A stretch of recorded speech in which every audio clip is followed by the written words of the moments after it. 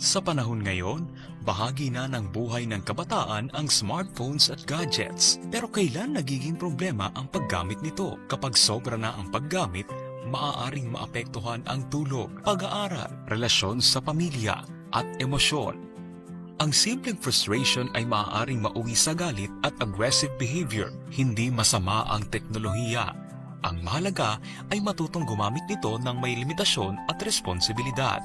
Magtakda ng screen time limits. Magkaroon ng gadget-free hours. Unahin ang sapat na tulog, physical activities, hobbies, at oras kasama ang pamilya at tunay na kaibigan.